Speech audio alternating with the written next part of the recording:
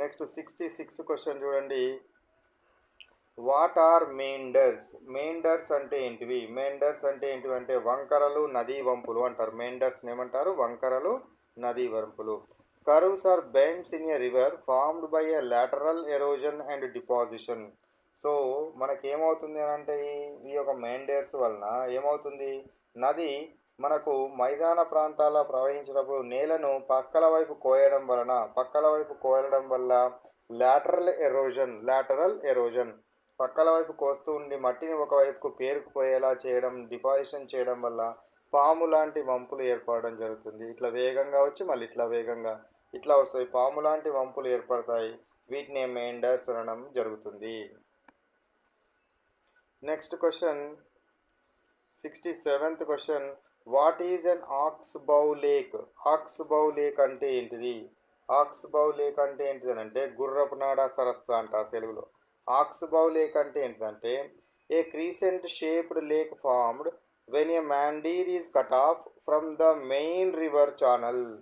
So మనకి ఏమవుతుంది అని అంటే నది వంపులు తిరుగుతూ ఉండే కాలక్రమం లోపల ఒక వంపు ముఖ్య నదీ ప్రవాహం నుంచి పూర్తిగా విడిపోతుంది, కట్ ఆఫ్ అవుతుంది, పూర్తిగా విడిపోయినప్పుడు అర్ధచంద్రాకారంలో మనకు మిగిలిపోయే సరస్సు లాంటిది ఏర్పడడం జరుగుతుంది. ఆక్స్ బౌ లాంటిది ఏర్పడుతుంది. దీన్ని ఏమనడం జరుగుతుంది అని అంటే మనకు ఆక్స్ బౌ లేక్ అనడం జరుగుతుంది. ఆక్స్ బౌ లేక్ అనడము జరుగుతుందనే విషయాన్ని గుర్తుంచుకోండి. నెక్స్ట్ 168 క్వశ్చన్ చూడండి. 68 క్వశ్చన్ ఏముందిరా? What is a delta? What is a delta?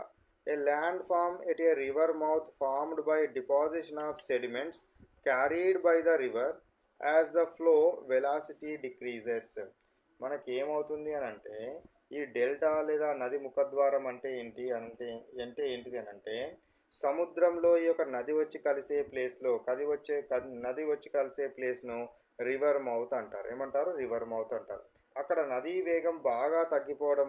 యొక్క వేగం బాగా తగ్గిపోవడం వల్ల తనతోటి తెచ్చినటువంటి మట్టి మలినాలు ఏవైతే ఉంటాయో, సెడిమెంట్స్ ఏవైతే ఉన్నాయో ఆ సెడిమెంట్స్ ఏమవుతుంది అక్కడ పెద్ద ఎత్తుగా డిపాజిషన్ అయ్యే విధంగా చేస్తుంది.